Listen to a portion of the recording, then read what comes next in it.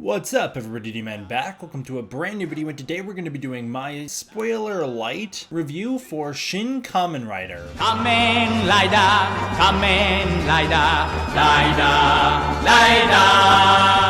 I don't know what intro I played. I'm not going to make a Kamen Rider intro yet because I'm just not there yet.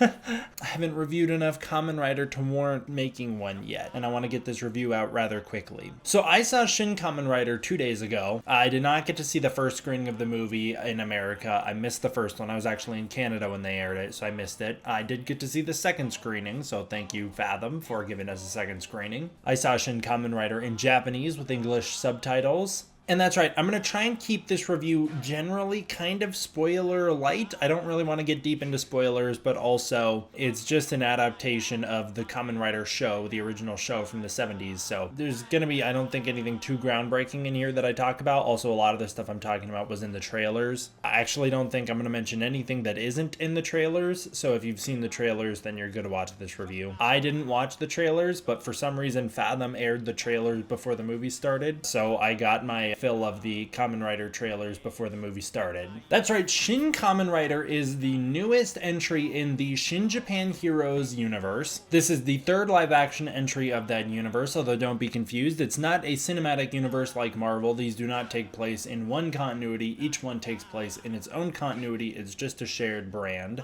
This movie was directed by Hideaki Anno, who was famous for Evangelion and Shin Godzilla, with writing credits to Hideaki Anno and Shotowaro Ishinomori, who is the original writer for Kamen Rider 1971. This show is a pretty faithful adaptation of that show, although unlike with Shin Ultraman, where I had already seen all of Ultraman 66, I've actually only seen about 7 episodes of Kamen Rider, so I'm pretty much an outsider here, which is why this review is going to be a lot less structured than the Ultraman review. It's going to be a lot lighter than the Ultraman review was, because I just don't have as much to say about this one, and I'm a bit more of an outsider on this one. I'm getting into Kamen Rider, but I'm not really deep into it yet. Interestingly, this movie was not done with the soundtrack by Shiro Shigesu. This one was handled by Taku Iwasaki, and he did a pretty good job with the music. I don't think it hits as hard as Shin Ultraman's soundtrack or Shin Godzilla's soundtrack did, but he did a pretty good job with it. They are using music from the original composer, and it's a lot of fun to hear, and it's also fun to hear them revamp the Kamen Rider theme song at times in this movie. Now, Shin Kamen Rider hits the ground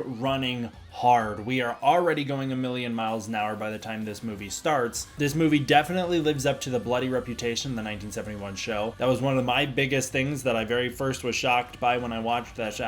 Shocked. That was one of the biggest things that took me off guard when I watched the show, was how violent it was, and this movie lives up to that full front, and it was awesome. It was super cool. They handle the hyper-violence in a way that doesn't feel like it's too gratuitous. It doesn't feel like they're just doing it for shock value. It feels just like a natural part of the story, and it also has consequences for our main character. Shin Kamen Rider tells the story of Takeshi Hongo, motorcycle rider turned grasshopper augment number 1. And I really like how this show retains Hongo's inner conflict from the series between what he has become and what he wants to be. He wants to be a non-violent force for compassion and good, but the beta augment amplifies his aggression and turns him into a killer. And I really enjoyed the occasional reference to his inability to control his strength. You know, there's those moments when he's like gripping someone's arms and it's like crushing them because he's a cyborg man now, and I really like that stuff. I loved when they did that in the show. I've seen a couple episodes where that's happened, and it's good stuff in the show, and I like it in the movie as well. One thing that I didn't really love about that, though, is that the movie underplays Hongo's abilities. They make Hongo a lot less capable than he was in the original series, where a lot of the time he was doing the fist-to-fist fighting himself. Here he still does that occasionally. I can think of one fight in particular when he does that, and it's very effective, but for the most part, he's not as useful unless he's the Kamen Rider. Hongo unfortunately doesn't get much personality outside of his inner conflict, and can come across a little dull for wide portions of the movie. I'd say there's like a stretch in the middle when he really doesn't have much going on with himself, and it's a little boring to watch him. He just doesn't have as much personality as you would hope for, but you know, I have the same critique about Hongo from the original show. He just doesn't have as much going on as you'd hope. Kind of like how in Ultraman, Hayato is actually the least interesting member of the SSSP. It's a little similar. Luckily, Hongo is accompanied by Ryuji Ruriko Midorikawa. I think I said those names right. She's the daughter of Professor Midorikawa, who is played by Shinya Tsukumoto, and it's great to see him back from Shin Godzilla. There's a couple reoccurring cast members from Shin Godzilla and Shin Ultraman, which is always fun to spot. I appreciate that they have them sprinkled in here. They're fun. They pay reference to each other. There's references to Shin Godzilla in this movie. Like, they reuse one of the jokes from Shin Godzilla at one point, and so there's some little parallels to those movies. But this movie is way less connected to Shin Godzilla and Shin Ultraman than those movies were to each other. Shin Ultraman had way more Shin Godzilla going on than this movie has of either of those two films, which is fine. That's not a problem. I really like that they gave Ruriko more personality.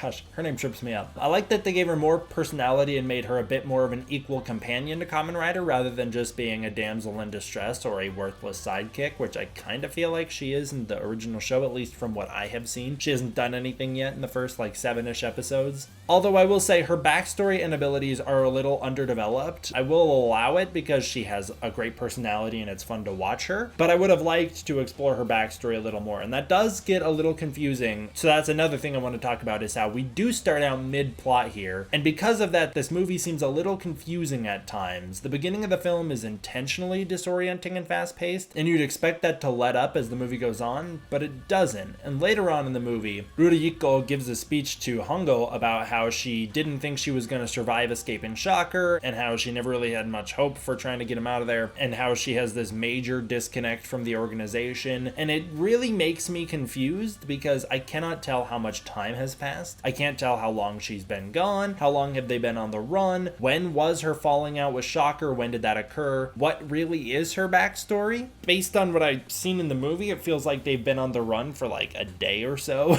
So when she's like, I really didn't think I'd make it far, you still didn't. It's only been a day. Don't get ahead of yourselves, guys. Maybe 10 months have passed. I don't know. The movie didn't really give me a great estimate on how much time was passing. And it gets really confusing when we see her interact with members of Shocker who are like, I knew you'd be back, or like, oh, well, if it isn't the traitor. And it's like, how long has she been gone? What is your guys' history? This movie definitely has an episodic nature. It carries that over from Shin Ultraman, but I would actually say that this movie handled it a little better, with each segment flowing into the next a little more seamlessly, whereas Shin Ultraman felt like, okay, we're doing a big sequence and we have to come to an abrupt ending so that we can abruptly move on to the next topic. This movie felt a little more like things blended and flowed together more naturally. Like, there's a little bit of a bad guy of the week nature to this movie, where a bad guy will show up, they'll stop him, a new bad guy will show up, they'll stop him, a new bad guy will show up, they'll stop him. But sometimes those bad guys started to overlap, and sometimes you'd meet one bad guy who'd show up later, and then it was a little more interweaved than it was in Ultraman, where you've got a kaiju attack, and then the kaiju attack has to come to an end real quick, because now we got to get to the next kaiju attack, but now we got to get to the next alien, but now we got to get to the next alien. This one, I didn't feel that at all. The big standout villains, because there's quite a few in this movie, were the Bat Augment. I thought he was absolutely incredible. He has a really cool redesign, and he is so weird to watch. The CGI isn't the best on him, but that doesn't really matter because he's so strange that you can't help but just enjoy seeing what he's up to. And Hiromi, the Wasp Augment, she's great. She's incredible. I loved that she had a really defined personality. That's another thing I really liked, was how every single villain had their own unique defined personality, but hers was my favorite. She was my favorite to watch by far. And it was fun to see updated takes on the characters I'm familiar with, like the Spider Augment, the Bat Augment, and the Scorpion Augment, who was actually played by Masami Nagasawa from Shin Ultraman. I knew that was her during the movie, but I had to look it up to be sure. But it was fun to see those updated characters, and I'm sure for people who have finished the original show, it was fun to see all of your characters revamped. I can't wait to watch the show and find these characters for myself. But I felt like Wasp Augment, she had the most going on. She had the most interesting story, she had the most interesting backstory, she had the most interesting personality, and she played upon the characters in a way that I thought was really cool. My least favorite villain was the hybrid Mantis Chameleon Augment. He looked really bad. He looked like somebody cosplaying. A lot of the costumes in this movie are very faithful to the style of costume from the original show, which is great. I commend them very heavily for that. I think it's a really, really cool thing that they do. But I will say, in this particular case, the design they've come up with, I did not think looked very good. I thought it looked very silly. I did not think it looked imposing or intimidating at all. I also didn't really understand that guy who was kind of stupid. Like, he had this invisibility cloak that he just ditched. Why? Why wouldn't you use that to your advantage? I don't know. I thought it was cool when they unmasked him. I didn't think he looked really great while masked. I thought his mask was really distracting. Same with that little harness thing that he wears. That looked really really bad. Another major standout was Hayato Ichimonji. He was incredible. I loved him. Now, this is where I don't know how spoilery this gets, so mild spoilers from here on. I don't know how familiar people are with this character. I haven't met him in Kamen Rider the show yet, so I'm gonna just give a mild spoiler warning before I get into it. But he was great. He is the Beta Og number 2, and I thought he was fantastic. His costume was similar to the original, but unique enough to where you could easily identify the two during action sequences, and I was able to enjoy them both when they were on screen together. He also has so much personality and heart, and he is a lot of fun. He is the complete opposite of Hongo. He is a lot of fun to watch. He is not conflicted the way the Hongo is, and so it makes for a much more enjoyable time. And he's able to add a little bit of humor into this movie when at times I think it needs it a little bit. He was able to be that. His backstory was also very underdeveloped, and I wish I got to know him better, but it doesn't change the fact that when he was on screen, he was a great presence. Some things that didn't quite land for me were the subplot about the anti-shocker organization. I really didn't think it went anywhere, and I didn't think the organization was very helpful, although I did enjoy seeing my actor cameos. Coming back from Shin Godzilla, we had Yutaka Tekinouchi. Tekinouchi was in Shin Ultraman as well, but coming back from Shin Ultraman, Ultraman himself, Takumi Saito. They were great. I loved seeing them. They were a lot of fun. If they weren't those actors, I think I would have been bored when those characters were on screen because, again, they didn't really add much for me, although I did like the betrayal moment. There's a betrayal moment with them that comes partway through the film where they do a thing and it's like,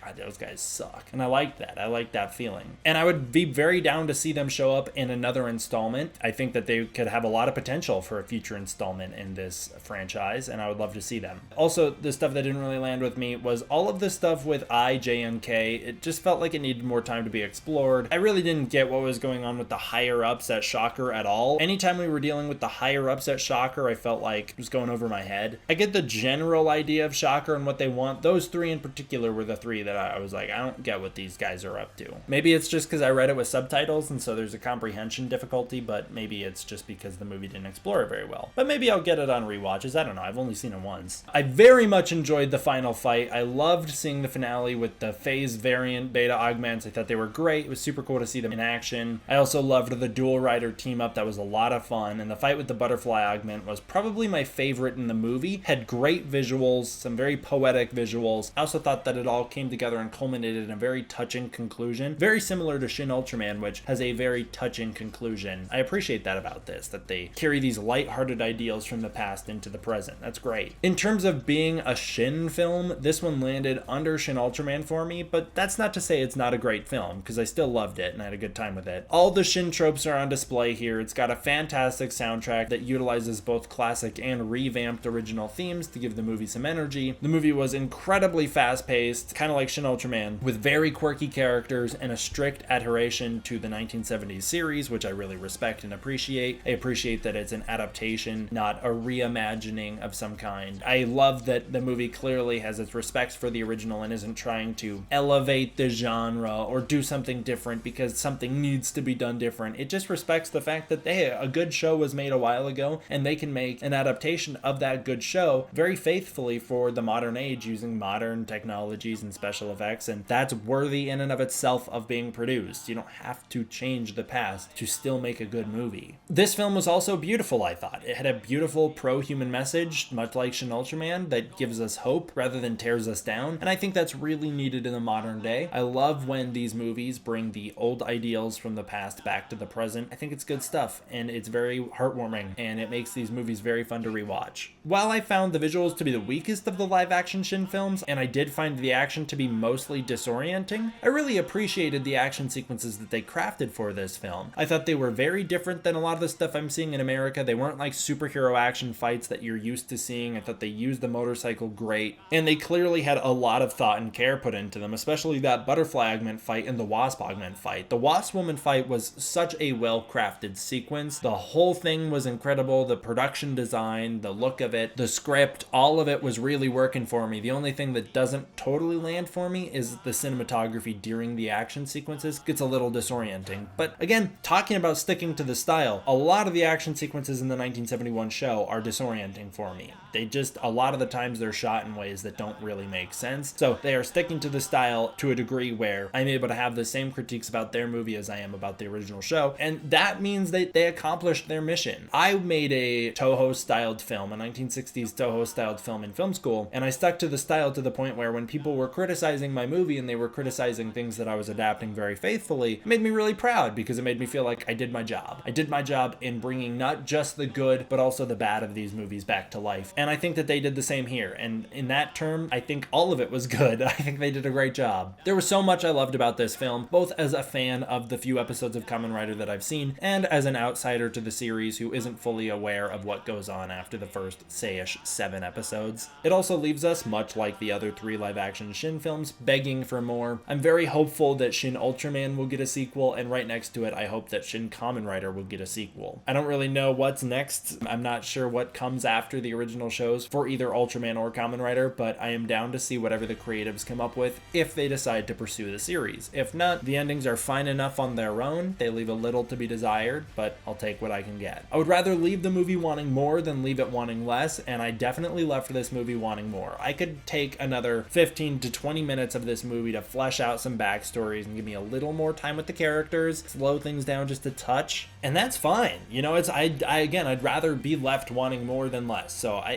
think mission accomplished with this movie. I don't really know what I'd give it in terms of a rating. I think maybe an 8 out of 10, just because again, they did stick the landing and they did stick to their style and they nailed what they were going for, and I respect that. It's just to say that this movie I had more flaws with than I did with the other 2 live action Shin films, but I still had a great time with it and I still thought it was a fantastic movie that I am very eager to rewatch and excited for it to come out on DVD and Blu-ray so that I can check it out over and over again and do better, more in-depth, more thought-out discussions about the movie with you guys. Have you seen Shin Kamen Rider? Were you able to check it out? Please let me know what you thought of it down below. I'm super curious to hear what other people thought of it. Haven't really heard much online chatter for it, and so I would love to engage with people who have seen it. Or are you a fan of the original series? And if so, what did you think about the series? Or what did you think about the adaptation of that series? Please comment that down below. I want to give a huge thank you to my patrons over on Patreon for keeping this channel running. Their support means a lot, and it really goes a long way in terms of making sure I can keep making videos like this for you guys. If you want to support the Patreon, you can use the link in the description below where you can get early access to content, access to the Discord community, and more. That'll do it for this one, guys. Thank you all for watching. I hope you enjoyed. I'll see you guys next time for the next one.